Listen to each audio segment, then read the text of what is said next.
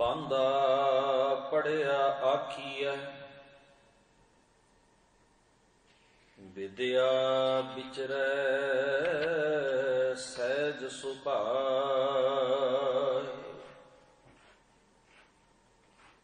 ਵਿਦਿਆ ਸੋਧੈ ਤਤ ਲਹੈ, ਰਾਮ ਨਾਮ ਲਿਵ ਲਾਇ।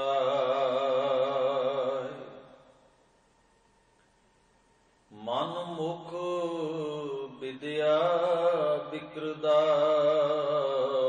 ਬਿਖ ਖਟੇ ਬਿਖ ਖਾਇ।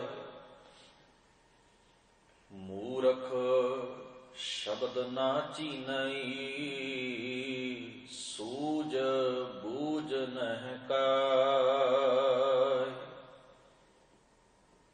ਪਾਂਦਾ ਗੁਰਮੁਖ ਆਖੀਐ,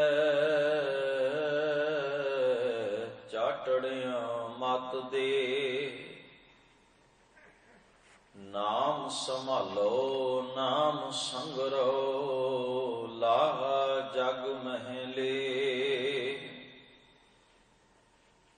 ਸੱਚੀ ਪੱਟੀ ਸੱਚ ਮਨ, ਪੜੀਐ ਸ਼ਬਦ ਸੋ ਸਾਰ। ਨਾਨਕ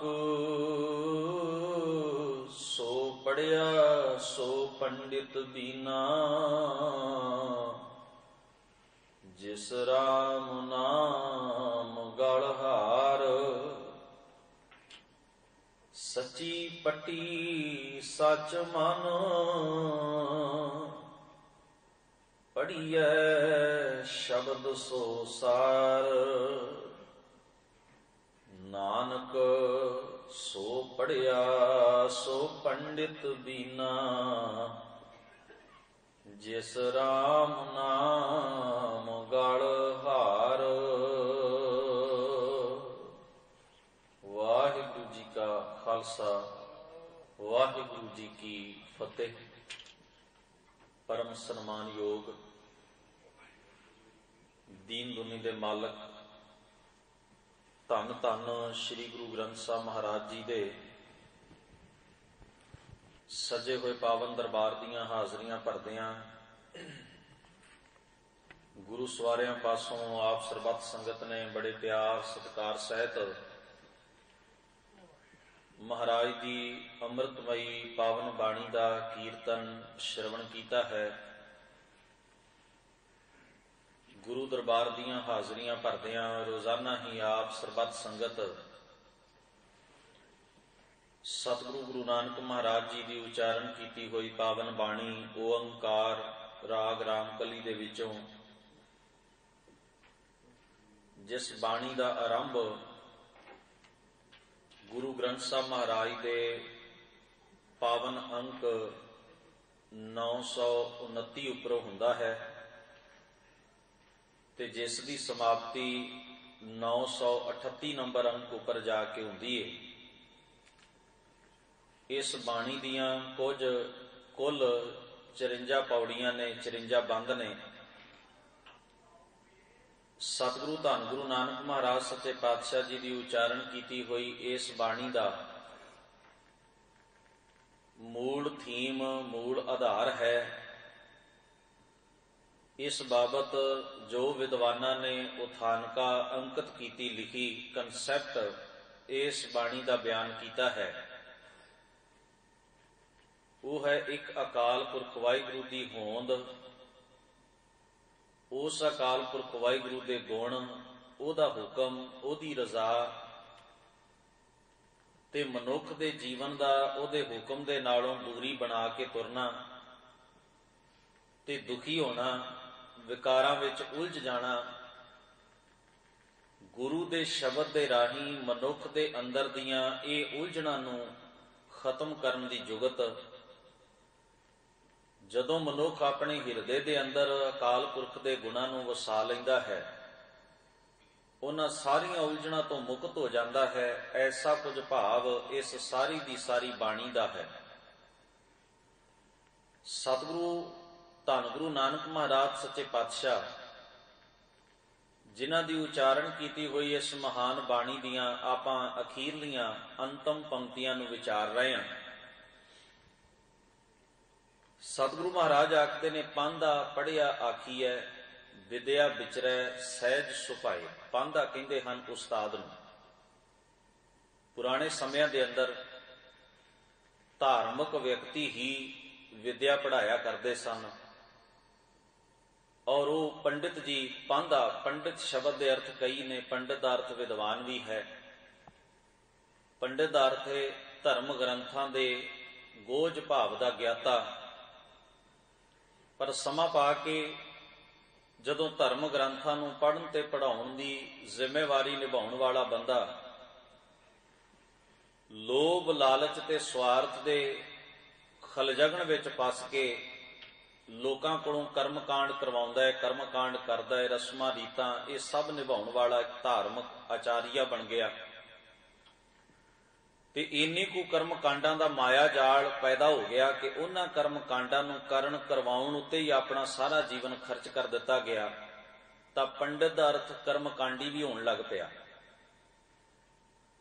ਧੰਨ ਸ਼੍ਰੀ ਗੁਰੂ ਗ੍ਰੰਥ ਸਾਹਿਬ ਮਹਾਰਾਜ ਦੀ ਮੁਬਾਰਕ ਬਾਣੀ ਦੇ ਅੰਦਰ ਕਰਮ ਕਾਂਡੀ ਪੰਡਿਤ ਨੂੰ ਵੀ ਸੰਬੋਧਨ ਕੀਤਾ ਗਿਆ ਹੈ। ਸੁਣ ਪੰਡਿਤ ਕਰਮਾਕਾਰੀ। ਹੇ ਕਰਮ ਕਾਂਡ ਕਰਨ ਵਾਲੇ, ਹੇ ਪੰਡਿਤ ਮੇਰੀ ਗੱਲ ਧਿਆਨ ਨਾਲ ਸੁਣ। ਜਿਹੜਾ ਵਿਦਵਾਨ ਹੁੰਦਿਆਂ ਹੋਇਆਂ, ਸੋਝੀ ਰੱਖਦਿਆਂ ਹੋਇਆਂ, ਧਰਮ ਗ੍ਰੰਥਾਂ ਦੇ ਪਠਨ ਪਾਠ ਕਰਦਿਆਂ, ਗਿਆਨ ਦੀ ਵਿਚਾਰ ਕਰਦਿਆਂ ਕੇਵਲ ਤੇ ਕੇਵਲ ਆਪਣੇ ਦਿਮਾਗੀ ਪੱਧਰ ਤੱਕ ਹੀ ਇਸ ਗਿਆਨ ਨੂੰ ਸੀਮਤ ਰੱਖਦਾ, ਉਹਨੂੰ ਆਪਣੇ ਜੀਵਨ ਅੰਦਰ ਧਾਰਨ ਨਹੀਂ ਕਰਦਾ, ਕਮਾਉਂਦਾ ਨਹੀਂ, ਉਹਦਾ ਕੋਈ ਮਤਲਬ ਨਹੀਂ ਸਮਝਦਾ, ਤੇ ਖਾਲੀ ਦਲੀਲਬਾਜ਼ੀ ਕਰਨ ਵਾਸਤੇ, ਖਾਲੀ ਤਰਕ ਵਿਤਰਕ ਕਰਨ ਵਾਸਤੇ, ਦੂਜੇ ਨੂੰ ਝੂਠਿਆਂ ਕਰਨ ਵਾਸਤੇ ਉਸ ਵਿਦਿਆ ਦੀ ਵਰਤੋਂ ਕਰਦਾ ਹੈ, ਉਸ ਨੂੰ ਗੁਰੂ ਨਾਨਕ ਮਹਾਰਾਜ ਬਾਣੀ ਵਿੱਚ ਆਖਦੇ ਨੇ ਆਸਾ ਕੀ ਵਾਰ ਵਿੱਚ, ਮੂਰਖ ਪੰਡਿਤ ਹਿਕਮਤ ਹੁਜਤ ਸੰਜੈ ਕਰੈ ਪਿਆਰ। ਮਹਾਰਾਜ ਕਹਿੰਦੇ ਉਹ ਪੰਡਿਤ ਵਿਦਵਾਨ ਵੀ ਮੂਰਖ ਹੈ ਜਿਹੜਾ ਕੇਵਲ ਚਤੁਰਾਈਆਂ ਤੇ ਹੁਜਤਾਂ ਦੇ ਵਾਸਤੇ ਹੀ ਆਪਣੀ ਵਿਦਿਆ ਦੀ ਵਰਤੋਂ ਕਰ ਰਿਹਾ। ਮੂਰਖ ਪੰਡਿਤ ਹਿਕਮਤ ਹੁਜਤ ਸੰਜੈ ਕਰੈ ਪਿਆਰ। ਹੁਜਤਾਂ ਦਾ ਅਰਥ ਹੁੰਦਾ ਢੁਚਰਾਂ ਡਾਉਣੀਆਂ, ਫੋਕੀਆਂ ਦਲੀਲਾਂ ਦੇਣੀਆਂ, ਐਵੇਂ ਵਾਧੂ ਦਾ ਆਰਗੂਮੈਂਟ ਕਰਨਾ, ਚਤੁਰਾਈਆਂ ਕਰਨੀਆਂ। ਸਤਿਗੁਰੂ ਆਖਦੇ ਜਿਹੜਾ ਇੰਨਾ ਗਿਆਨ ਤੇ ਵਿਦਿਆ ਹੁੰਦਿਆਂ ਹੋਇਆਂ ਵੀ ਜਿਹੜਾ ਆਪਣੀ ਸਾਰੀ ਵਿਦਿਆ ਨੂੰ ਹੁਜਤਾਂ ਤੇ ਢੁਚਰਾਂ ਦੇ ਵਿੱਚ ਹੀ ਖਰਚ ਕਰਦਾ ਹੈ, ਕੋਈ ਨੇਕ ਅਮਲ ਕਰਦਾ ਨਹੀਂ, ਕੋਈ ਸੇਧ ਕਿਸੇ ਨੂੰ ਦਿੰਦਾ ਨਹੀਂ, ਤੇ ਕੇਵਲ ਮੋਹ ਹੈ ਉਸ ਦਾ ਦੌਲਤ ਨਾਲ, ਸਵਾਰਥ ਨਾਲ। ਮਹਾਰਾਜ ਆਖਦੇ ਨੇ ਉਹ ਤਾਂ ਪੰਡਿਤ ਵਿਦਵਾਨ ਵੀ ਮੂਰਖ ਦੇ ਤੋਲੇ, ਉਹ ਮੂਰਖ ਵਰਗਾ ਹੈ। ਮੂਰਖ ਦੇ ਅੰਦਰ ਘੱਟੋ ਘੱਟ ਇਹ ਸੋਝੀ ਤੇ ਨਹੀਂ ਨਾ, ਮੂਰਖ ਨੇ ਕੋਈ ਪੜ੍ਹਿਆ ਤੇ ਨਹੀਂ, ਜਾਣਿਆ ਨਹੀਂ, ਕੁਛ ਸਮਝਿਆ ਨਹੀਂ, ਕੁਛ ਸਮਾਂ ਤੇ ਖਰਚ ਨਹੀਂ ਕੀਤਾ। ਉਹਦੀ ਤੇ ਗੱਲ ਸਮਝ ਵਿੱਚ ਆਉਂਦੀ ਹੈ ਵੀ ਇਸ ਬੰਦੇ ਨੇ ਵਿਦਿਆ ਨਹੀਂ ਪੜ੍ਹੀ, ਇਹਨੇ ਕੋਈ ਜਾਣਿਆ ਨਹੀਂ, ਕੁਛ ਸਮਝਿਆ ਨਹੀਂ, ਇਹ ਤਾਂ ਮੂਰਖ ਹੈ। ਪਰ ਜੇ ਆਪਣੀ ਜ਼ਿੰਦਗੀ ਦਾ ਬਹੁਤਾ ਸਮਾਂ ਬੰਦਾ ਵਿਦਿਆ ਦੀ ਖੋਜ ਵਿੱਚ, ਗਿਆਨ ਦੀ ਪੜ੍ਹਾਈ ਵਿੱਚ, ਸਮਝ ਵਿੱਚ ਲਾ ਕੇ ਵੀ ਕਰੇ ਕੱਖ ਨਾ, ਤੇ ਗੁਰੂ ਗ੍ਰੰਥ ਸਾਹਿਬ ਮਹਾਰਾਜ ਆਖਦੇ ਇਸ ਆਦਮੀ ਨਾਲੋਂ ਤੇ ਵੱਡਾ ਮੂਰਖ ਕੋਈ ਹੋ ਹੀ ਨਹੀਂ ਸਕਦਾ। ਕਿ ਉਹਨੇ ਤਾਂ ਜਾਣਿਆ ਕੱਖ ਨਹੀਂ, ਇਹਨੇ ਤੇ ਜਾਣ ਕੇ ਵੀ ਕੀਤਾ ਕੱਖ ਨਹੀਂ। ਇਸ ਲਈ ਸ਼ਬਦ ਮਹਾਰਾਜ ਬਾਣੀ ਵਿੱਚ ਵਰਤਦੇ ਨੇ, ਪੜ੍ਹਿਆ ਮੂਰਖ ਆਖੀਐ ਜਿਸ ਲੱਭ ਲੋਭ ਅਹੰਕਾਰ। ਉਸ ਜਾਣਕਾਰ ਨੂੰ, ਦਿਮਾਗੀ ਤੌਰ ਉੱਤੇ ਜਾਣਕਾਰ ਨੂੰ, ਸੋਝੀ ਰੱਖਣ ਵਾਲੇ ਨੂੰ ਵੀ ਮੂਰਖ ਹੀ ਕਹਿਣਾ ਚਾਹੀਦਾ ਹੈ, ਜਿਹਦੇ ਅੰਦਰ ਚਸਕੇ ਨੇ, ਜਿਹਦੇ ਅੰਦਰ ਲੋਭ ਹੈ, ਤੇ ਆਪਣੀ ਵਿਦਿਆ ਦੀ ਹਉਮੈ ਤੇ ਹੰਕਾਰ ਜਿਹਦੇ ਅੰਦਰ ਪੈਦਾ ਹੋ ਗਿਆ। ਦਾਤਾਰ ਸਤਿਗੁਰੂ ਧੰਨ ਗੁਰੂ ਨਾਨਕ ਮਹਾਰਾਜ ਨੇ ਆਪਣੀਆਂ ਪ੍ਰਚਾਰ ਫੇਰੀਆਂ ਦੇ ਦੌਰਾਨ ਪਹਿਲੀ ਜਿਹੜੀ ਪ੍ਰਚਾਰ ਫੇਰੀ ਗੁਰੂ ਨਾਨਕ ਸਾਹਿਬ ਨੇ ਕੀਤੀ ਹੈ ਉਹ ਸਨਾਤਨੀ ਮਤ ਦੇ, ਬ੍ਰਾਹਮਣੀ ਮਤ ਦੇ ਧਾਰਮਿਕ ਸਥਾਨਾਂ ਵੱਲ ਕੀਤੀ ਹੈ, ਤੀਰਥਾਂ ਵੱਲ। ਔਰ ਬੜੇ ਵੱਡੇ ਵੱਡੇ ਵਿਦਿਆ ਦੇ ਗੜ੍ਹ ਸਨ ਜਿੱਥੇ ਪੰਡਿਤ ਲੋਕ, ਕਿਉਂਕਿ ਜਿਉਂ-ਜਿਉਂ ਸਮਾਂ ਅੱਗੇ ਲੰਘਦਾ ਗਿਆ, ਵਿਦਵਾਨਾਂ ਨੇ, ਪੰਡਤਾਂ ਨੇ ਜਿਹੜੀ ਸੀ ਆਪਣੀ ਇੱਕ ਲਾਬੀ ਤਿਆਰ ਕਰ ਲਈ, ਔਰ ਇਥੋਂ ਤੱਕ ਉਹਨਾਂ ਨੇ ਕਾਨੂੰਨ ਬਣਾਏ ਪੀੜੇ, ਕਿਉਂਕਿ ਧਰਮ ਦੀ ਸਾਰੀ ਤਾਕਤ ਉਹਨਾਂ ਦੇ ਕੰਟਰੋਲ ਵਿੱਚ ਸੀ। ਤੇ ਜਦੋਂ ਧਰਮ ਦੀ ਸਾਰੀ ਤਾਕਤ ਉਹਨਾਂ ਦੇ ਕੰਟਰੋਲ ਵਿੱਚ ਆਈ, ਉਹਨਾਂ ਨੇ ਕੁਝ ਨਿਯਮ ਘੜੇ। ਉਹ ਨਿਯਮ ਘੜਦਿਆਂ ਹੋਇਆਂ ਮਨੂ ਸਿਮਰਤੀ ਦੇ ਵਿੱਚ ਲਿਖਿਆ ਗਿਆ ਵੀ ਸ਼ੂਦਰ ਜਿਹੜਾ ਉਹ ਧਰਮ ਗ੍ਰੰਥ ਪੜ੍ਹ ਵੀ ਨਹੀਂ ਸਕਦਾ ਤੇ ਸੁਣ ਵੀ ਨਹੀਂ ਸਕਦਾ। ਇਹ ਧਰਮ ਗ੍ਰੰਥ ਕੇਵਲ ਉੱਚੀਆਂ ਜ਼ਾਤਾਂ ਤੇ ਉੱਚੀਆਂ ਸ਼੍ਰੇਣੀਆਂ ਹੀ ਪੜ੍ਹ ਤੇ ਸੁਣ ਸਕਦੀਆਂ ਨੇ।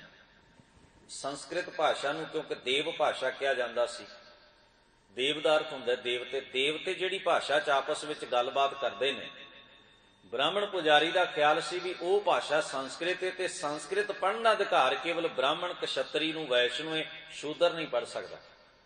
ਭਾਵ ਉੱਚੀਆਂ ਸ਼੍ਰੇਣੀਆਂ, ਉੱਚੀਆਂ ਜ਼ਾਤਾਂ, ਉਹ ਉੱਚੀਆਂ ਜ਼ਾਤਾਂ ਜਿਨ੍ਹਾਂ ਨੂੰ ਬ੍ਰਾਹਮਣ ਉੱਚੀਆਂ ਮੰਨਦਾ ਹੈ, ਸਿਮਰਤੀਆਂ ਉੱਚੀਆਂ ਮੰਨਦੀਆਂ ਨੇ। ਹੁਣ ਇਸ ਢੰਗ ਦੇ ਨਾਲ ਵਿਦਿਆ ਜਿਹੜੀ ਸੀ, ਉਹ ਗਿਆਨ ਜਿਹੜਾ ਸੀ, ਉਹ ਰਾਖਵਾਂ ਹੋ ਗਿਆ। ਸ਼ੂਦਰ ਪੜ੍ਹ ਵੀ ਨਹੀਂ ਸੀ ਸਕਦਾ ਤੇ ਸੁਣ ਵੀ ਨਹੀਂ ਸੀ ਸਕਦਾ। ਮਨੂ ਸਿਮਰਤੀ ਦੇ ਵਿੱਚ ਲਿਖਿਆ ਹੈ, ਜਿਹੜਾ ਸ਼ੂਦਰ ਆਪਣੇ ਕੰਨਾਂ ਨਾਲ ਵੇਦ ਮੰਤਰ ਸੁਣੇ, ਰਾਜੇ ਨੂੰ ਚਾਹੀਦਾ ਹੈ ਕਿ ਸਿੱਕਾ ਢਾਲ ਕੇ ਉਹਦੇ ਕੰਨਾਂ 'ਚ ਪਾ ਦੇਵੇ, ਕਿਉਂਕਿ ਇੰਨੇ ਪਵਿੱਤਰ ਮੰਤਰ ਇੱਕ ਸ਼ੂਦਰ ਨੇ ਆਪਣੇ ਕੰਨਾਂ ਨਾਲ ਕਿਉਂ ਸੁਣੇ? ਉਹ ਤੇ ਅਪਵਿੱਤਰ ਹੈ। ਜੇ ਸ਼ੂਦਰ ਆਪਣੀ ਜ਼ਬਾਨ ਨਾਲ ਵੇਦ ਮੰਤਰ ਪੜ੍ਹੇ, ਧਰਮ ਗ੍ਰੰਥ ਦਾ ਪਾਠ ਕਰੇ, ਤੇ ਰਾਜੇ ਨੂੰ ਚਾਹੀਦਾ ਉਹਦੀ ਜ਼ਬਾਨ ਕਟਵਾ ਦੇਵੇ, ਕਿਉਂਕਿ ਆਪਣੀ ਪਲੀਤ ਜ਼ਬਾਨ ਨਾਲ ਨੀਚ ਆਦਮੀ ਨੇ ਵੇਦਾਂ ਵਰਗੇ ਪਵਿੱਤਰ ਮੰਤਰ ਕਿਉਂ ਪੜ੍ਹੇ? ਖੈਰ, ਇਹੋ ਜਿਹੇ ਕਾਨੂੰਨ ਤੁਸੀਂ ਅੰਦਾਜ਼ਾ ਲਾ ਸਕਦੇ ਹੋ ਵੀ ਕਿਸ ਹੱਦ ਤੱਕ ਤੰਗ ਦਿਲੀ ਆ ਗਈ, ਕਿਸ ਹੱਦ ਤੱਕ ਸ਼੍ਰੇਣੀ ਵੰਡ ਕਰ ਲਈ, ਊਚ ਨੀਚ ਦਾ ਭੇਦ ਭਾਵ, ਔਰ ਕਿਸ ਢੰਗ ਨਾਲ ਵਿਦਿਆ ਪੜ੍ਹਨ ਤੋਂ ਇੱਕ ਧਿਰ ਨੂੰ ਕੋਰਿਆਂ ਰੱਖਿਆ। ਵੈਸੇ ਇੱਕ ਬੇਨਤੀ ਕਰਾਂ, ਹਾਕਮ ਧਿਰ, ਕਾਬਜ਼ ਧਿਰ ਬੜੀ ਚਲਾਕ ਧਿਰ ਹੁੰਦੀ ਏ। ਜਿਨ੍ਹਾਂ ਨੂੰ ਉਹਨੇ ਗੁਲਾਮ ਰੱਖਣਾ ਹੋਵੇ, ਉਹਨਾਂ ਦਾ ਦਿਮਾਗੀ ਤੌਰ ਤੇ ਉਹ ਵਿਕਾਸ ਹੋਣ ਹੀ ਨਹੀਂ ਦਿੰਦੀ, ਕਿਉਂਕਿ ਜਿਹੜੇ ਮਨੁੱਖ ਵਿਕਾਸ ਕਰ ਜਾਣਗੇ ਉਹ ਗੁਲਾਮੀ ਦੀਆਂ ਜੰਜੀਰਾਂ ਤੋਂ ਬਾਹਰ ਨਿਕਲਣ ਦੀ ਸੋਚ ਰੱਖਣ ਲੱਗ ਜਾਣਗੇ। ਉਹਨਾਂ ਦਾ ਇੱਕ ਏਜੰਡਾ ਹੁੰਦਾ ਹੈ ਹਮੇਸ਼ਾ ਹਾਕਮ ਧਿਰ ਦਾ, ਕਾਬਜ਼ ਧਿਰ ਦਾ, ਕਿ ਦੂਸਰੀ ਧਿਰ ਨੂੰ, ਜਿਹਨੂੰ ਤੁਸੀਂ ਗੁਲਾਮ ਬਣਾ ਕੇ ਰੱਖਣਾ, ਹਮੇਸ਼ਾ ਲਈ ਆਪਣੇ ਦਾਸ ਬਣਾ ਕੇ ਰੱਖਣਾ, ਉਹਨਾਂ ਲੋਕਾਂ ਨੂੰ ਪਹਿਲੀ ਤੇ ਗੱਲ ਇਹ ਗਿਆਨ, ਸੋਝੀ, ਵਿਦਿਆ ਮਿਲਣੀ ਹੀ ਨਹੀਂ ਚਾਹੀਦੀ। ਤੇ ਜੇ ਮਿਲੇ ਵੀ ਤੇ ਉਹ ਵੀ ਸਾਡੇ ਤਰੀਕੇ ਨਾਲ ਮਿਲੇ, ਉਸ ਹਿਸਾਬ ਨਾਲ ਵੀ ਉਹਨਾਂ ਦੇ ਅਸੀਂ ਬ੍ਰੇਨ ਵਾਸ਼ ਕਰਕੇ ਉਹਨਾਂ ਦੇ ਦਿਮਾਗ ਆਪਣੀ ਵਿਦਿਆ ਦੇ ਨਾਲ ਭਰ ਸਕੀਏ, ਤਾਂ ਕਿ ਉਹਨਾਂ ਨੂੰ ਸਾਰੀ ਉਮਰ ਇਸ ਗੱਲ ਦਾ ਗਿਆਨ ਨਾ ਆਵੇ ਕਿ ਉਹ ਗੁਲਾਮ ਨੇ। ਇਹ ਸੰਸਾਰ ਪੱਧਰ ਉੱਤੇ ਹੀ ਇਹ ਸਾਜ਼ਿਸ਼ੇ ਤਰੀਕਾ ਅਪਣਾਇਆ ਜਾਂਦਾ ਰਿਹਾ ਤੇ ਅੱਜ ਵੀ ਚੱਲ ਰਿਹਾ ਵੀ ਹਾਕਮ ਧਿਰ ਜਾਂ ਤਾਂ ਇੰਨੀ ਅਕਲ ਆਉਣੀ ਨਹੀਂ ਦਿੰਦੀ ਦੂਜੀ ਧਿਰ ਨੂੰ ਜਿਹਨੂੰ ਉਹਨੇ ਗੁਲਾਮ ਰੱਖਣਾ, ਤੇ ਜੇ ਉਹਨੇ ਗਿਆਨ ਦੇਣਾ ਵੀ ਹੈ ਤੇ ਇਸ ਕਦਰ ਦੇਣਾ ਹੈ ਵੀ ਉਹਨਾਂ ਦੇ ਅੰਦਰ ਇਹ ਭਾਵਨਾ ਹੀ ਜਨਮ ਨਾ ਲਵੇ ਵੀ ਹਾਕਮ ਧਿਰ ਸਾਡੇ ਨਾਲ ਧੱਕਾ ਕਰ ਰਹੀ ਹੈ, ਬੇਈਮਾਨੀ ਕਰ ਰਹੀ ਹੈ, ਸਾਨੂੰ ਗੁਲਾਮ ਰੱਖ ਰਹੀ ਹੈ, ਜ਼ੁਲਮ ਕਰ ਰਹੀ ਹੈ। ਇਸ ਢੰਗ ਦੀ ਵਿਦਿਆ, ਬੋਗਸ ਜਿਹੀ ਵਿਦਿਆ ਉਹਨਾਂ ਨੂੰ ਦਿੱਤੀ ਜਾਂਦੀ ਹੈ, ਨੌਲੇਜ ਉਹਨਾਂ ਨੂੰ ਦਿੱਤੀ ਜਾਂਦੀ ਹੈ। ਇਹ ਇੱਕ ਤਰ੍ਹਾਂ ਦੀ ਨੀਂਦ ਵਿੱਚ ਰੱਖਣ ਦੀ ਸਾਜ਼ਿਸ਼ ਹੁੰਦੀ ਹੈ ਵੀ ਦੂਸਰੀ ਧਿਰ ਨੂੰ ਤੁਸੀਂ ਨੀਂਦ ਵਿੱਚ ਰੱਖੋ। ਇਸੇ ਤਰੀਕੇ ਦੇ ਨਾਲ ਹੀ ਉਹ ਕਾਬਜ਼ ਧਿਰ ਨੇ, ਬ੍ਰਾਹਮਣੀ ਮਤ ਨੇ, ਜਾਂ ਪੰਡਤਾਊ ਕਿਸਮ ਦੇ ਲੋਕਾਂ ਨੇ, ਉੱਚ ਸ਼੍ਰੇਣੀਆਂ ਨੇ ਸ਼ੂਦਰਾਂ ਨੂੰ ਵਿਦਿਆ ਤੋਂ ਵਾਂਝਿਆ ਰੱਖਿਆ, ਔਰ ਉਹਨਾਂ ਨੇ ਲਾਅ, ਕਾਨੂੰਨ ਜਿਹੜੇ ਬਣਾਏ ਧਰਮ ਗ੍ਰੰਥਾਂ ਦੇ ਰੂਪ ਵਿੱਚ ਦਰਜ ਕੀਤੇ। ਮਨੂ ਸਿਮਰਤੀ ਇਸ ਗੱਲ ਦੀ ਜਿਉਂਦੀ ਜਾਗਦੀ ਗਵਾਹ ਹੈ। ਠੀਕ ਇਸੇ ਤਰੀਕੇ ਨਾਲ ਜਿਹੜੀ ਕੌਮ, ਜਿਹੜੇ ਲੋਕ ਸੋਚਣਗੇ ਨਹੀਂ, ਪੜ੍ਹਨਗੇ ਨਹੀਂ, ਅੱਗੇ ਨਹੀਂ ਵਧਣਗੇ, ਇਕੱਠੇ ਨਹੀਂ ਬੈਠਣਗੇ, ਕੋਈ ਉਹਨਾਂ ਦਾ ਧਰਮ ਸਥਾਨ ਨਹੀਂ ਹੋਵੇਗਾ, ਉਹ ਲਾਬੀ ਨਹੀਂ ਕਰ ਸਕਣਗੇ, ਉਹ ਆਪਣੇ ਹੱਕਾਂ ਵਾਸਤੇ ਲੜਨਗੇ ਕਿਵੇਂ? ਉਹਨਾਂ ਨੂੰ ਹਮੇਸ਼ਾ ਲਈ ਹੀਣੇ ਬਣਾ ਕੇ, ਕਮਜ਼ੋਰ ਬਣਾ ਕੇ, ਨਿਤਾਣੇ ਬਣਾ ਕੇ ਰੱਖਿਆ ਗਿਆ। ਸਤਿਗੁਰੂ ਸੱਚੇ ਪਾਤਸ਼ਾਹ ਗੁਰੂ ਨਾਨਕ ਮਹਾਰਾਜ ਜੀ ਇਸ ਦਸ਼ਾ ਨੂੰ, ਔਰ ਉਹਨਾਂ ਤੋਂ ਪਹਿਲਾਂ ਭਗਤ ਸਾਹਿਬਾਨਾਂ ਨੇ, ਜਿਨ੍ਹਾਂ 'ਚ ਭਗਤ ਕਬੀਰ ਸਾਹਿਬ ਨੇ, ਭਗਤ ਨਾਮਦੇਵ ਸਾਹਿਬ ਨੇ, ਭਗਤ ਰਵਿਦਾਸ ਜੀ ਨੇ, ਭਗਤ ਧੰਨਾ ਜੀ ਨੇ, ਭਗਤ ਪੀਪਾ ਜੀ, ਰਾਮਾਨੰਦ ਜੀ, ਪਰਮਹੰਸ, ਤਥਾ ਇਹ ਸਾਰੇ ਭਗਤਾਂ ਨੇ ਇਸ ਗੱਲ ਨੂੰ ਬੜੀ ਸ਼ਿੱਦਤ ਨਾਲ ਮਹਿਸੂਸ ਕੀਤਾ ਹੈ ਵੀ ਮਨੁੱਖਤਾ ਦੇ ਅੰਦਰ ਇੱਕ ਬੜੀ ਗਹਿਰੀ ਸਾਜ਼ਿਸ਼ ਦੇ ਨਾਲ ਇੱਕ ਤਾਕਤਵਰ ਧਿਰ ਜਿਹੜੀ ਹੈ ਬਾਕੀ ਸਾਰੀਆਂ ਧਿਰਾਂ ਨੂੰ, ਬਾਕੀ ਲੋਕਾਂ ਨੂੰ ਆਪਣਾ ਗੁਲਾਮ ਬਣਾ ਕੇ ਰੱਖ ਰਹੀ ਹੈ। ਜਦੋਂ ਅਸੀਂ ਭਗਤ ਕਬੀਰ ਸਾਹਿਬ ਜੀ ਦੀ ਜਾਂ ਭਗਤ ਰਵਿਦਾਸ ਜੀ ਦੀ ਬਾਣੀ ਪੜ੍ਹਦੇ ਹਾਂ, ਉਹ ਕਾਂਸ਼ੀ ਦੇ ਵਿੱਚ ਰਹਿਣ ਵਾਲੇ ਸਨ। ਭਗਤ ਕਬੀਰ ਸਾਹਿਬ ਤਾਂ ਕਾਂਸ਼ੀ ਰਹਿੰਦੇ ਸਨ ਤੇ ਭਗਤ ਰਵਿਦਾਸ ਜੀ ਦਾ ਪਿੰਡ ਕਾਂਸ਼ੀ ਦੇ ਥੋੜਾ ਜਿਹੀ ਦੂਰੀ ਦੇ ਉੱਤੇ ਸੀ। ਔਰ ਕਾਂਸ਼ੀ ਉਸ ਸਮੇਂ ਦੇ ਅੰਦਰ ਵਿਦਿਆ ਦੀ ਗੜ੍ਹ, ਜਿੱਥੇ ਕਿ ਗਿਆਨ ਪੜ੍ਹਾਇਆ ਜਾਂਦਾ, ਵੇਦਾਂ ਦੀ, ਸਿਮਰਤੀਆਂ, ਸ਼ਾਸਤਰਾਂ, ਪੁਰਾਣਾਂ ਦੀ ਤਾਲੀਮ ਜਿਹੜੇ ਸਨ ਉੱਥੇ ਦਿੱਤੀ ਜਾਂਦੇ ਸੀ, ਔਰ ਪੰਡਤ ਹੀ ਪੜ੍ਹਾਉਣ ਵਾਲੇ ਹੁੰਦੇ ਸਨ। गुरु नानक महाराज की जदों आप घटना पढ़ोगे, जनेऊ धारण करने वाली साखी जो साडियां जन्म साखियां विच, गुरु नानक महाराज नूं जदों जनेऊ पाउण लगदा है पंडित हरदयाल तां सतगुरु दा गुट पढ़ लैंदे ने और उस सारी गाथा के मुताबक जो सतगुरु गुरु नानक साहब ने अपनी बाणी विच बाद विच अंकित कीता है, उत्थे सतगुरां ने शब्द वरते भी सिखां कंन चढ़ाइयां गुर ब्राह्मण थिया, भी नाले जजमान दे गल विच जनेऊ पाउणा ते नाले उहदे कंन विच इह गल कहनी भी अज तों तेरा गुरु ब्राह्मण होया। भाव तू जिंदगी दा कोई भी काम, भावें वो सुख दा होवे, भावें वो दुख दा होवे, भावें तू कुछ लैके आउणा है ते भावें तेरे कोलों कुछ गवाच रहा, हर काम विच राय तू केवल ब्राह्मण दी लएगा, अपने दिमाग की वरतों नहीं करेगा। जे तू जमीन झाड़ भी चलाउणा ते ब्राह्मण नूं पुछे बिना नहीं, वो दसेगा ते फिर चलाएगा। जे तू दुकान खोलनी है तो यह तेरा खोलनी तू है, मेहनत तू करनी है, पर पुछना तैनू ब्राह्मण नूं पएगा। जे तू यात्रा करनी है, तेरी सहूलत मुख नहीं रखी जाएगी, ब्राह्मण इजाजत देवेगा भी इस दिशा में तू यात्रा कर सकदा, तां तू कर सकदा, नहीं तो नहीं कर सकदा। इनू असी मानसिक और आत्मक गुलामी कहने आ। इस कदर बंदा पुजारी ने समाज नूं इस कदर अपना गुलाम बना लिया भी उन्हें सारी मेहनत करन तो बाद भी दूसरे वाल वेखना है भी वह मैनू कवे ते फिर मैं ये काम करा।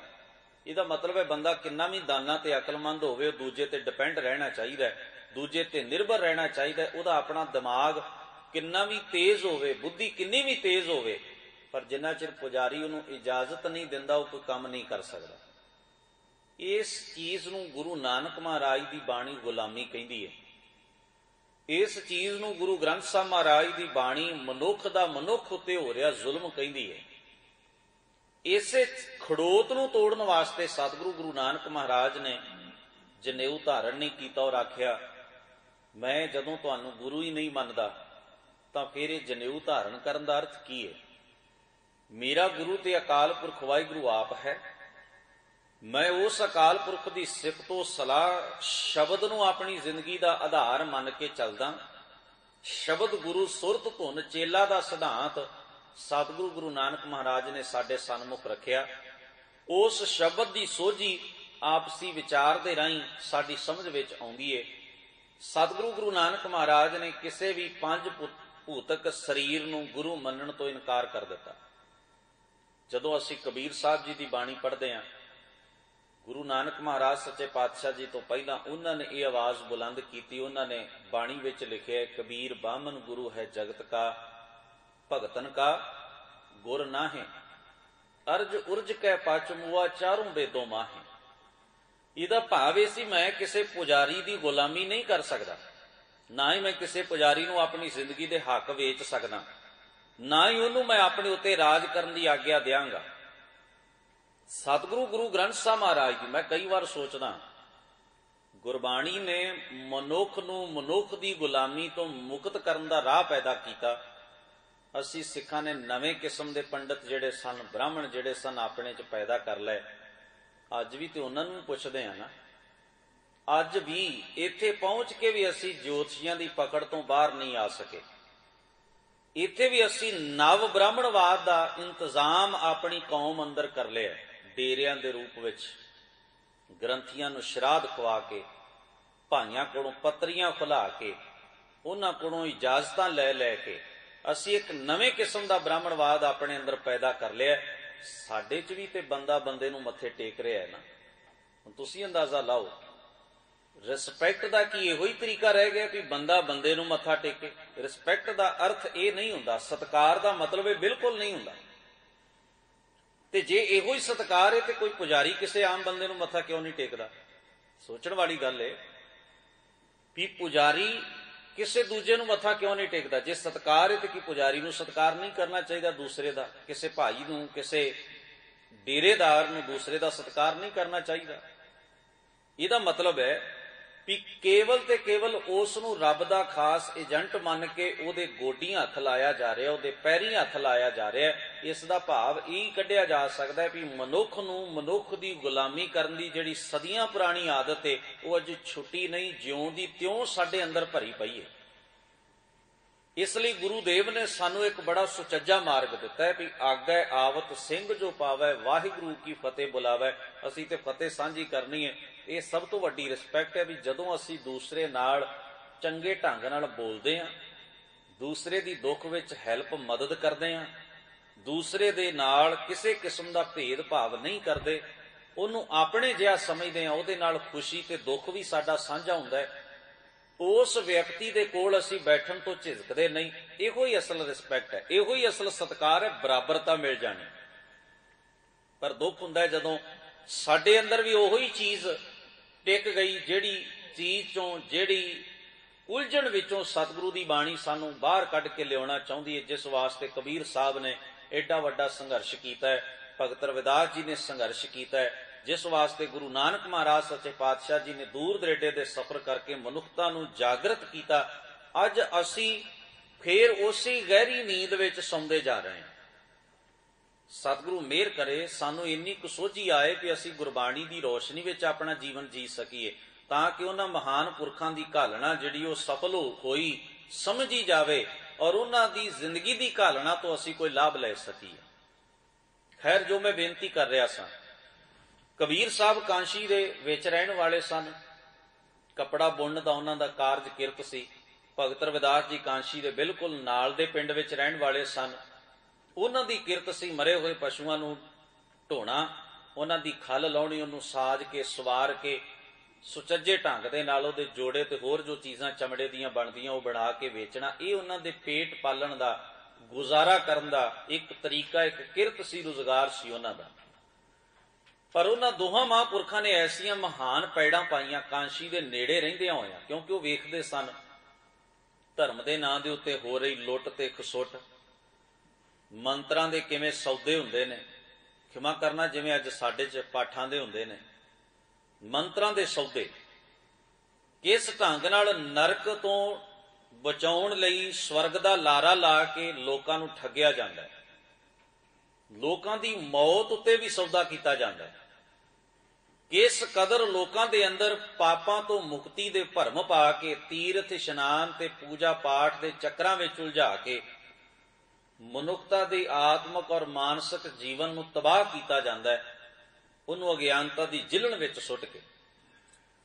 ਕਿਸ ਕਦਰ ਮਨੁੱਖਤਾ ਦੇ ਸੁਰਤ ਦੇ ਉੱਤੇ ਇੱਕ ਆਦਮੀ ਨੇ ਆਪਣੀ ਛਾਪ ਪਾ ਰੱਖੀ ਹੈ ਔਰ ਮਨੁੱਖ ਸਾਰੀ ਜ਼ਿੰਦਗੀ ਅਕਲਮੰਦ ਹੁੰਦਿਆਂ, ਕਮਾਈ ਕਰਨ ਵਾਲਾ ਹੁੰਦਿਆਂ ਵੀ ਉਹਦੀ ਗੁਲਾਮੀ ਭੋਗਦਾ ਹੈ। ਇਹ ਸਾਰਾ ਕੁਝ ਉਹਨਾਂ ਮਹਾਨ ਪੁਰਖਾਂ ਨੇ ਆਪਣੀਆਂ ਅੱਖਾਂ ਨਾਲ ਵੇਖਿਆ, ਕੰਨਾਂ ਨਾਲ ਸੁਣਿਆ, ਔਰ ਵੱਡੀ ਗੱਲ ਇਹ ਸੀ ਉਹਨਾਂ ਨੂੰ ਆਪ ਵੀ ਇਹ ਸਾਰਾ ਕੁਝ ਹੰਢਾਉਣਾ ਪਿਆ, ਕਿਉਂਕਿ ਉਹ 'ਚ ਸ਼੍ਰੇਣੀਆਂ ਕਹਿੰਦੀਆਂ ਸਨ ਕਿ ਤੁਹਾਡੀ ਜ਼ਾਤ ਜਨਮ ਤੋਂ ਹੀ ਨੀਵੀਂ ਹੈ, ਤੁਸੀਂ ਉੱਚੇ ਨਹੀਂ ਹੋ, ਤੁਸੀਂ ਨੀਵੇਂ ਹੋ। ਇਸ ਗੱਲ ਦਾ ਸਬੂਤ ਉਹਨਾਂ ਦੋਹਾਂ ਮਹਾਂਪੁਰਖਾਂ ਨੇ ਆਪਣੀ ਬਾਣੀ ਦੇ ਵਿੱਚ ਦਿੱਤਾ ਹੈ, ਭਗਤ ਕਬੀਰ ਸਾਹਿਬ ਜੀ ਨੇ ਵੀ, ਭਗਤ ਰਵਿਦਾਸ ਜੀ ਨੇ ਵੀ। ਖੈਰ, ਉਹਨਾਂ ਨੇ ਜਿਹੜੀ ਅੱਗੇ ਜਾ ਕੇ ਗੱਲ ਬਾਰ-ਬਾਰ, ਭਗਤ ਕਬੀਰ ਸਾਹਿਬ ਜੀ ਦੀ ਬਾਣੀ ਦੀ ਸੁਰ ਇਹਦੋਂ ਗੱਲੋਂ ਬਹੁਤ ਤਿੱਖੀ ਹੈ ਵੀ ਉਹ ਸਿੱਧਾ ਉਸ ਵਿਅਕਤੀ ਦੇ ਝੂਠੇ ਸਟੇਟਸ ਦੇ ਉੱਤੇ ਹਮਲਾਵਰ ਹੋ ਜਾਂਦੇ ਨੇ। ਭਗਤ ਕਬੀਰ ਸਾਹਿਬ ਜਦੋਂ ਉਹ ਉਸ ਕਾਬਜ਼ ਔਰ ਤਾਕਤਵਰ ਧਿਰ ਵੱਲੋਂ ਦੂਜੀ ਲਾਬੀ ਨੂੰ, ਦੂਜੀ ਧਿਰ ਨੂੰ, ਆਮ ਮਨੁੱਖਤਾ ਨੂੰ ਕੋਲੂ ਦੇ ਵਿੱਚ, ਗੁਲਾਮੀ ਦੇ ਕੋਲੂ ਵਿੱਚ ਪੀੜਿਆਂ ਹੋਇਆਂ ਤੱਕਦੇ ਨੇ, ਉਹ ਸਿੱਧਾ ਤੇ ਔਰ ਸਾਦਾ ਸ਼ਬਦ ਵਰਤਦੇ ਨੇ। ਕਹਿੰਦੇ ਨੇ, ਜौ ਤੋਂ ਬ੍ਰਾਹਮਣ ਬ੍ਰਾਹਮਣੀ ਜਾਇਆ, ਤੋ ਆਨ ਬਾਟ ਕਾਹੇ ਨਹੀਂ ਆਇਆ, ਤੁਮ ਕਤ ਬ੍ਰਾਹਮਣ ਹਮ ਕਤ ਸੂਦ, ਹਮ ਕਤ ਲੋਹੂ ਤੁਮ ਕਤ ਦੂਧ। ਕਹੋ ਕਬੀਰ ਜੋ ਬ੍ਰਹਮ ਵਿਚਾਰੈ, ਸੋ ਬ੍ਰਾਹਮਣ ਕਹੀਅਤ ਹੈ ਹਮਾਰੇ।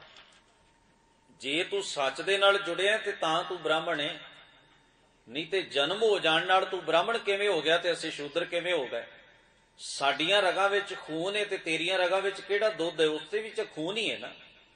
ਤੇਰਾ ਜਨਮ ਵੀ ਉਵੇਂ ਹੀ ਹੋਇਆ ਜਿਵੇਂ ਸਾਡਾ ਜਨਮ ਹੋਇਆ।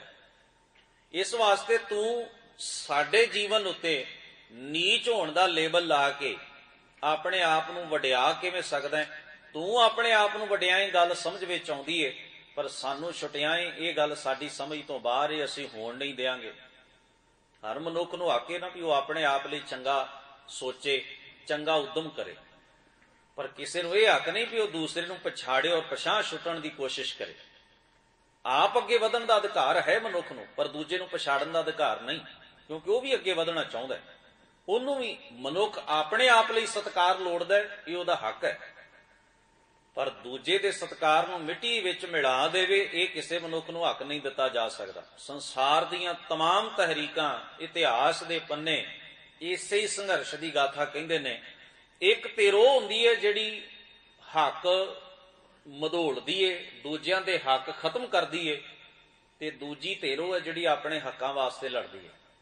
ਸੰਸਾਰ ਦਾ ਇਤਿਹਾਸ ਇਹਨਾਂ ਦੋ ਧਿਰਾਂ ਦੇ ਟਕਰਾਵ ਨਾਲ ਭਰਿਆ ਪਿਆ, ਸੰਘਰਸ਼ ਨਾਲ ਭਰਿਆ ਪਿਆ, ਸਟਰਗਲ ਨਾਲ ਭਰਿਆ ਪਿਆ।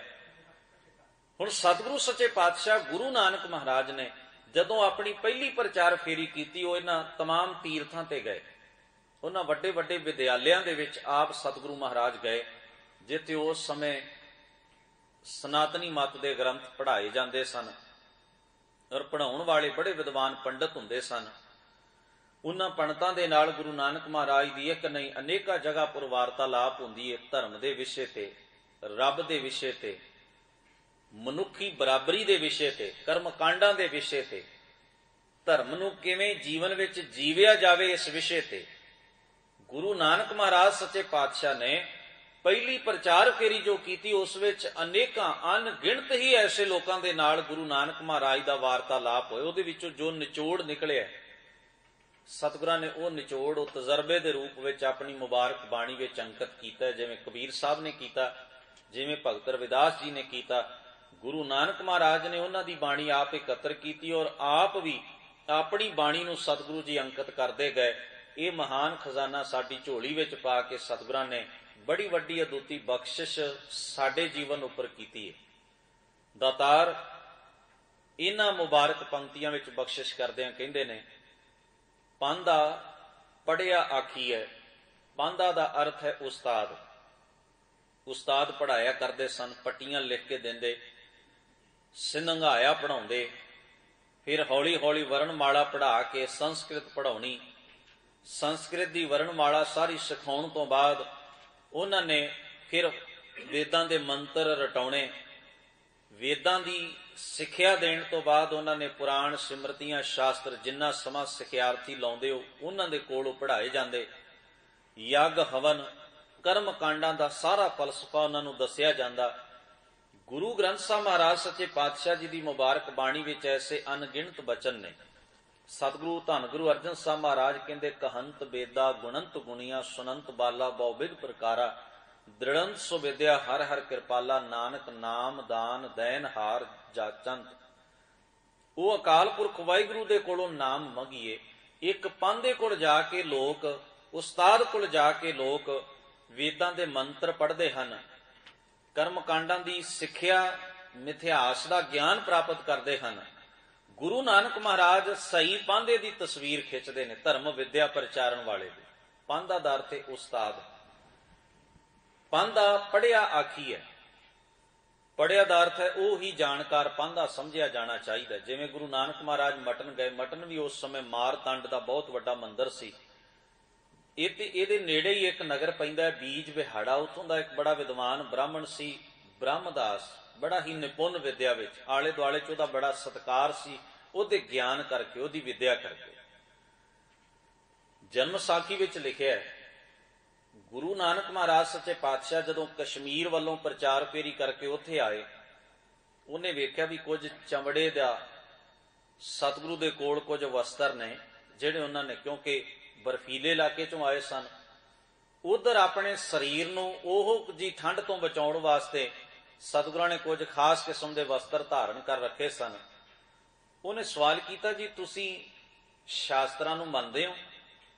ਗੁਰੂ ਨਾਨਕ ਮਹਾਰਾਜ ਕਹਿਣ ਲੱਗੇ ਵੀ ਇਹ ਤਾਂ ਕੋਈ ਸਵਾਲ ਨਹੀਂ ਕਿ ਸ਼ਾਸਤਰਾਂ ਨੂੰ ਮੈਂ ਮੰਨਾਂ ਚਾਹੇ ਨਾ ਮੰਨਾਂ। ਗੱਲ ਤਾਂ ਇਹ ਹੈ ਵੀ ਮੇਰੇ ਜੀਵਨ ਅੰਦਰ ਕੋਈ ਖਰਾਬੀ ਨਹੀਂ, ਮੈਂ ਆਪਣੇ ਜੀਵਨ ਨੂੰ ਉੱਚਾ ਕਰਨ ਦੇ ਯਤਨ ਆਰ ਵੇਚਾਂ ਔਰ ਮੈਂ ਆਪਣਾ ਜੀਵਨ ਰੱਬ ਦੀ ਸਿਫਤੋ ਸਲਾਹ ਨਾਲ ਜਿਉਂਦਾ। ਕਹਿਣ ਲੱਗੇ ਤੁਸੀਂ ਚਮੜਾ ਕਿਉਂ ਧਾਰਨ ਕੀਤਾ? ਗੁਰੂ ਨਾਨਕ ਮਹਾਰਾਜ ਕਹਿਣ ਲੱਗੇ ਵੀ ਇਹਦੀ ਤਾਂ ਕੋਈ ਮਨਾਹੀ ਨਹੀਂ। ਜਦੋਂ ਮੈਂ ਸ਼ਾਸਤਰਾਂ ਨੂੰ ਹੀ ਨਹੀਂ ਮੰਨਦਾ ਤੇ ਫਿਰ ਸ਼ਾਸਤਰਾਂ ਦੀ ਵਿਧੀ ਵਿਧਾਨ ਨੂੰ ਮੰਨਣ ਦਾ ਕੀ ਅਰਥ ਹੈ? ਉਸਨੇ ਕਈ ਤਰ੍ਹਾਂ ਦੇ ਪ੍ਰਸ਼ਨ ਗੁਰੂ ਨਾਨਕ ਮਹਾਰਾਜ ਦੇ ਉੱਤੇ ਕੀਤੇ। ਸਵਾਲ ਇਹ ਸੀ ਕਿ ਉਹ ਇੱਕ ਵਿਦਵਾਨ ਨਿਪੁੰਨ ਪੰਡਤ ਸੀ, ਗਿਆਨੀ ਸੀ, ਧਰਮ ਗ੍ਰੰਥਾਂ ਦੇ ਫਲਸਫੇ ਬਹੁਤ ਪੜ੍ਹੇ ਸਨ ਔਰ ਸਤਿਕਾਰ ਰਿਸਪੈਕਟ ਵੀ ਆਲੇ ਦੁਆਲੇ ਵਿੱਚ ਬਹੁਤ ਜ਼ਿਆਦਾ ਸੀ। ਇਉਂ ਕਹਿ ਲਓ ਵੀ ਉਧਰ ਦਾ ਇੱਕ ਨਾਮਵਰ ਆਦਮੀ ਸੀ ਔਰ ਉਹਦੀ ਇੱਕ ਆਦਤ ਸੀ ਪੱਕ ਗਈ ਜਿਹੜਾ ਵੀ ਵਿਅਕਤੀ ਆਉਣਾ ਉਹਦੇ ਨਾਲ ਉਹਨੇ ਗਿਆਨ ਦੀ ਚਰਚਾ ਛੇੜ ਲੈਣੀ। ਤੇ ਚਰਚਾ ਦਾ ਵਿਸ਼ਾ ਕੋਈ ਜਾਣਨਾ ਜਾਂ ਦੱਸਣਾ ਨਹੀਂ ਸੀ ਹੁੰਦਾ, ਚਰਚਾ ਦਾ ਵਿਸ਼ਾ ਜਿੱਤ ਤੇ ਹਾਰ ਹੁੰਦਾ ਸੀ ਕਿ ਕੌਣ ਜਿੱਤਦਾ ਕੌਣ ਹਾਰਦਾ, ਕਿਹਦੇ ਕੋਲ ਜ਼ਿਆਦਾ ਦਲੀਲਾਂ ਨੇ ਕਿਹਦੇ ਕੋਲ ਘੱਟ ਦਲੀਲਾਂ ਨੇ। ਵੈਸੇ ਸੰਸਾਰ ਦੇ ਅੰਦਰ ਵੇਖਿਆ ਗਿਆ ਕਈ ਵਾਰ ਸੱਚੇ ਬੰਦੇ ਕੋਲ ਦਲੀਲ ਘੱਟ ਹੁੰਦੀ ਏ, ਝੂਠਾ ਦਲੀਲ ਵੱਧ ਦੇ ਜਾਂਦਾ। ਇਹ ਕੋਈ ਜ਼ਰੂਰੀ ਨਹੀਂ।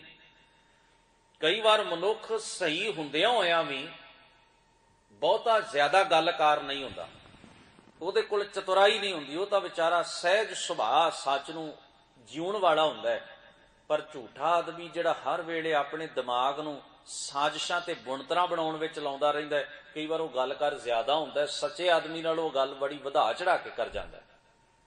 ਇਹ ਵੇਖਿਆ ਗਿਆ ਐਸਾ ਸੰਸਾਰ ਅੰਦਰ। ਇਸੇ ਕਰਕੇ ਗੁਰਬਾਣੀ ਨੇ ਫੋਕਟ ਕਿਸਮ ਦੀ ਦਲੀਲਬਾਜ਼ੀ ਨੂੰ, ਫੋਕਟ ਕਿਸਮ ਦੇ ਤਰਕ ਵਿਤਰਕ ਨੂੰ, ਫੋਕਟ ਕਿਸਮ ਦੇ ਆਰਗੂਮੈਂਟ ਨੂੰ ਕਬੂਲ ਨਹੀਂ ਕੀਤਾ। ਉਹਨਾਂ ਨੇ ਕਿਹਾ ਇਹ ਠੀਕ ਹੈ ਕਿ ਮਨੁੱਖ ਨੂੰ ਜਾਣਕਾਰੀ ਹੋਵੇ, ਦਿਮਾਗੀ ਤੌਰ ਉੱਪਰ ਬੁੱਧੀ ਦੇ ਤੌਰ ਤੇ ਮਨੁੱਖ ਦੇ ਅੰਦਰ ਸਿਆਣਪ ਹੋਵੇ, ਪਰ ਇਹਦਾ ਭਾਵ ਇਹ ਨਹੀਂ ਹੈ ਵੀ ਉਹਦਾ ਸਾਰੇ ਦਾ ਸਾਰਾ ਵਿਦਿਆ ਦਾ ਜ਼ੋਰ ਜਿਹੜਾ ਉਹ ਹੁਜਤਾਂ ਤੇ ਢੁਚਰਾਂ ਡਾਉਣ ਉੱਤੇ ਲੱਗ ਜਾਂਦਾ। ਇਹ ਸ਼ਬਦ ਵਰਤਿਆ ਮੂਰਖ ਪੰਡਤ ਹਿਕਮਤ ਹੁਜਤ ਸੰਜੈ ਕਰੇ ਪਿਆਰ। ਹੁਣ ਉਹਦੀ ਇੱਕ ਆਦਤ ਸੀ, ਸੁਭਾਅ ਸੀ ਵੀ ਜਿਹੜਾ ਵੀ ਆਏ ਉਹਦੇ ਨਾਲ ਆਰਗੂਮੈਂਟ ਕਰਨਾ, ਵੇਦਾਂ ਨੂੰ ਲੈ ਕੇ ਸਿਮਰਤੀਆਂ ਨੂੰ, ਕਿਉਂਕਿ ਉਹ ਜਾਣਦਾ ਸੀ ਜਿਹੜੀ ਗੱਲ ਬੰਦਾ ਆਪ ਜਾਣਦਾ ਹੋਵੇ ਉਹਦਾ ਹੀ ਖਲਾਰਾ ਪਾਉਂਦਾ ਹਮੇਸ਼ਾ, ਦੂਜੀ ਗੱਲ ਤੋਂ ਬਚਦਾ। ਸਤਿਗੁਰੂ ਗੁਰੂ ਨਾਨਕ ਸਾਹਿਬ ਉਹਨੂੰ ਇੱਕ ਬਾਤ ਸਮਝਾਉਂਦੇ, ਨਾਨਕ ਲੇਖੈ ਇੱਕ ਗੱਲ ਹੋਰ ਹਉਮੈ ਝਖਣਾ ਝਾਕ। ਝੱਖਾਂ ਮਾਰਨ ਵਾਲੀ ਗੱਲ, ਵਾਧੂ ਦਾ ਬੋਲ ਬੁਲਾਰਾ, ਦਾਅਵੇ ਬੰਨਣੇ। ਹਜ਼ੂਰ ਕਹਿੰਦੇ ਗੱਲ ਖਾਤੇ 'ਚ ਤੇਰੇ ਲੇਖੇ 'ਚ ਇੱਕੋ ਹੀ ਏ ਵੀ ਤੂੰ ਮੰਨਿਆ ਕੀ ਏ, ਤੂੰ ਕਮਾਇਆ ਕੀ, ਪਰਿਵਰਤਨ ਕੀ ਏ ਤੇਰੇ ਜੀਵਨ 'ਚ, ਬਾਕੀ ਤੂੰ ਛੱਡ। ਬਾਕੀ ਹੋ ਸਕਦਾ ਤੈਨੂੰ ਜ਼ਿਆਦਾ ਪਤਾ ਹੋਵੇ ਵੀ ਇੱਥੇ ਕੀ ਲਿਖਿਆ, ਤੂੰ ਕਟੇਸ਼ ਨਾ ਦੇ ਸਕਦਾ ਹੋਵੇਂ, ਧਰਮ ਗ੍ਰੰਥਾਂ ਦੇ ਢੇਰਾਂ ਸਾਰੇ ਪ੍ਰਮਾਣ ਦੇ ਸਕਦਾ ਹੋਵੇਂ।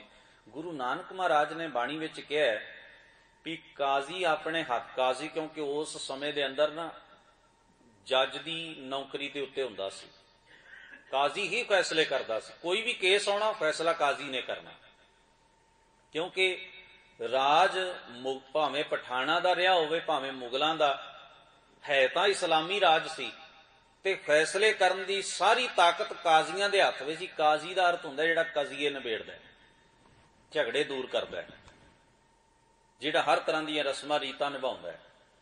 ਇਸ ਕਰਕੇ ਅਦਾਲਤਾਂ ਦੇ ਵਿੱਚ ਜੱਜ ਦੀ ਜਿੰਨੀਆਂ ਵੀ ਪੋਸਟਾਂ ਸਨ ਉਹ ਸਾਰੀਆਂ ਕਾਜ਼ੀਆਂ ਦੇ ਹੱਥਾਂ ਵਿੱਚ। ਤਾਈਓ ਤੁਸੀਂ ਆਪਣਾ ਇਤਿਹਾਸ ਪੜ੍ਹਦਿਆਂ ਹੋਇਆਂ ਮਹਿਸੂਸ ਕਰੋਗੇ ਜਿੰਨੇ ਵੀ ਸ਼ਹਾਦਤਾਂ ਦੇ ਫਤਵੇ ਦਿੱਤੇ ਗਏ ਸਭ ਕਾਜ਼ੀਆਂ ਨੇ ਦਿੱਤੇ, ਕਿਉਂਕਿ ਜੱਜ ਹੀ ਕਾਜ਼ੀ ਹੁੰਦੇ ਸਨ। ਗੁਰੂ ਨਾਨਕ ਮਹਾਰਾਜ ਕਾਜ਼ੀਆਂ ਦੀ ਮਾਨਸਿਕ ਹਾਲਤ ਨੂੰ ਬਿਆਨ ਕਰਦੇ ਨੇ, ਉਹਨਾਂ ਦੇ ਅੰਦਰ ਦੇ ਖੋਖਲੇਪਨ ਦਾ ਪ੍ਰਗਟਾਵਾ ਕਰਦਿਆਂ ਕਹਿੰਦੇ ਨੇ ਵੀ ਕਾਜ਼ੀ ਹੋਏ ਕਹਿ ਬਹਿ ਨਿਆਏ, ਨਿਆਂ ਦੀ ਪਦਵੀ ਤੇ ਬਹਿ ਗਿਆ ਵੀ ਮੈਂ ਇਨਸਾਫ ਕਰਾਂਗਾ, ਫੈਸਲੇ ਦਿਆਂਗਾ। ਫੇਰੇ ਤਸਬੀਹ ਕਰੇ ਖੁਦਾਏ, ਉਹਦੇ ਇੱਕ ਹੱਥ ਵਿੱਚ ਮਾੜਾ ਹੈ, ਤਸਬੀਹ ਹੈ, ਉਹਨੂੰ ਉਹ ਫੇਰਦਾ ਤੇ ਜ਼ੁਬਾਨ ਤੋਂ ਖੁਦਾ ਖੁਦਾ ਅੱਲਾ ਅੱਲਾ ਕਹਿੰਦਾ, ਰੱਬ ਦਾ ਨਾਮ ਲੈਂਦਾ। ਕਹਿੰਦੇ ਨੇ ਪਰ ਨਾਲ ਹੁਣ ਉਹਦਾ ਕਿਰਦਾਰ ਵੇਖੋ, ਇਹ ਤਾਂ ਹੈ ਬਾਹਰ ਦੀ ਚੱਕਰ ਚੇਨ ਵੀ ਉੱਚੀ ਨਿਆਂ ਦੀ ਪਦਵੀ ਤੇ ਕਾਜ਼ੀ ਏ, ਧਰਮ ਦਾ ਪਹਿਰਾਵਾ ਹੈ, ਹੱਥ 'ਚ ਮਾਲਾ ਹੈ, ਹੱਥ ਵਿੱਚ ਸ਼ਰੀਅਤ ਦਾ ਗ੍ਰੰਥ ਹੈ, ਜ਼ਬਾਨ ਤੇ ਅੱਲਾ ਅੱਲਾ ਹੈ। ਹੁਣ ਵੇਖ ਕੇ ਤੇ ਬੰਦੇ ਨੂੰ ਠੰਡ ਹੀ ਪਏਗੀ ਨਾ ਵੀ ਚੰਗੀ ਜਗ੍ਹਾ ਪਹੁੰਚ ਗਏ ਆ, ਬੰਦਾ ਰੱਬ ਵਾਲਾ ਹੈ, ਗਲਤ ਕਿਵੇਂ ਕਰੇਗਾ ਸਾਡੇ ਨਾਲ, ਇਨਸਾਫ ਮਿਲੇਗਾ ਸਾਨੂੰ। ਪਰ ਅੱਗੇ ਜਾ ਕੇ ਗੁਰੂ ਨਾਨਕ ਮਹਾਰਾਜ ਕਹਿੰਦੇ ਨੇ ਵੱਡੀ ਲੈ ਕੇ ਹੱਕ ਗਵਾਏ। ਵੱਡੀ ਦਾ ਅਰਥ ਹੁੰਦਾ ਰਿਸ਼ਵਤ ਲੈਣੀ, ਰਿਸ਼ਵਤ ਲੈਂਦਾ, ਅੰਦਰ ਖਾਤੇ ਪੈਸੇ ਲੈ ਕੇ, ਧਰਮ ਗ੍ਰੰਥ ਹੱਥ ਵਿੱਚ, ਤਸਬੀਹ ਹੱਥ ਵਿੱਚ, ਜ਼ੁਬਾਨ ਤੇ ਅੱਲਾ ਅੱਲਾ ਹੈ, ਧਰਮ ਦਾ ਪਹਿਰਾਵਾ ਹੈ, ਨਿਆਂ ਦੀ ਪਦਵੀ ਤੇ ਹੈ, ਪਰ ਰਿਸ਼ਵਤ ਲੈ ਕੇ ਹੱਕ ਨੂੰ ਨਹੱਕ ਤੇ ਨਹੱਕ ਨੂੰ ਹੱਕ ਵਿੱਚ ਬਦਲ ਦੇਣ ਦੀ ਚਤੁਰਾਈ ਕਰਦਾ ਹੈ। ਤੇ ਜੇ ਕੋਈ ਬੰਦਾ ਉਹਨੂੰ ਪ੍ਰਸ਼ਨ ਕਰੇ, ਸਵਾਲ ਕਰੇ ਕਿ ਇਹ ਗੱਲ ਕਿਵੇਂ ਹੋ ਗਈ, ਤਾਂ ਜਾਇਜ਼ ਨਹੀਂ ਬਣਦੀ ਹੈ ਤੇ ਗਲਤ ਹੈ। ਕਹਿੰਦੇ ਜੇ ਕੋਈ ਪੁੱਛੇ, ਜੇ ਕੋਈ ਹਿੰਮਤ ਕਰ ਵੀ ਲਵੇ ਨਾ ਪੁੱਛਣ ਦੀ, ਤਾਂ ਕਹਿੰਦੇ ਨੇ ਪੜ੍ਹ ਸੁਣਾਏ। ਉਹਦੇ ਕੋਲ ਕਿਤੇ ਦਲੀਲਾਂ ਦੀ ਘਾਟ ਥੋੜੀ ਹੈ, ਉਹ ਕਿਹੜਾ ਕੱਚੇ ਪੈਰੀਂ ਬੈਠਾ ਹੈ, ਉਹ ਆਪਣੀ ਗਲਤ ਗੱਲ ਨੂੰ ਵੀ ਸਹੀ ਬਣਾ ਦੇਣ ਦੀ ਚਤੁਰਾਈ ਰੱਖਦਾ। ਉਹਨੇ ਕਿੰਨੇ ਹੀ ਧਰਮ ਗ੍ਰੰਥਾਂ ਦੇ किन्ने मन मर्जी दे अर्थ कर लैने ने, उन्हें शरा दे इधरों उधरों वरके फोल के सफे कढ़ के उन्हें अगे रख देने ने। आ वेखो इत्थे लिखे है, आ वेखो। हालांकि उन्होंने भी पता है ते सामने वाले नूं भी पता है भी गल नजायज हो रही है, भी इन्हें जो फैसला दिता है गलत है, वो किसी म्यार ते खरा नहीं उतरदा, वो कोई इंसाफ नहीं, उत्ते धक्का है, एक दूसरा धक्का। एक धक्का ते बाहर होया, दूजा अदालत विच होया। ते ये फैसला किसी भी तरीके नाल इंसाफ दे तराजू ते सही नहीं बैठदा, पर हुण उहदे झूठे हुजतां दे सामने बंदा चुप कर गया भी की आखा हुण। जदों इहने अपने हत्थ च फड़िया होया ग्रंथ, बार बार पन्ने पलटा के सफे उल्टा के इधरों चुक के उधरों गल चुक के मेरे अगे दलीलां दा ढेर ला दिता है, हुण इदों वध मैं की आखां। इन्हें तां सारे कानून दे ग्रंथ भी अपने हक च भुगता लए ने। चतुराई इस नूं ही कहिंदे ने। जे को पुछे तां पढ़ सुनाए, तुरक मंत्र कन हृदय समाए, लोक मुहावे चाड़ी खाए।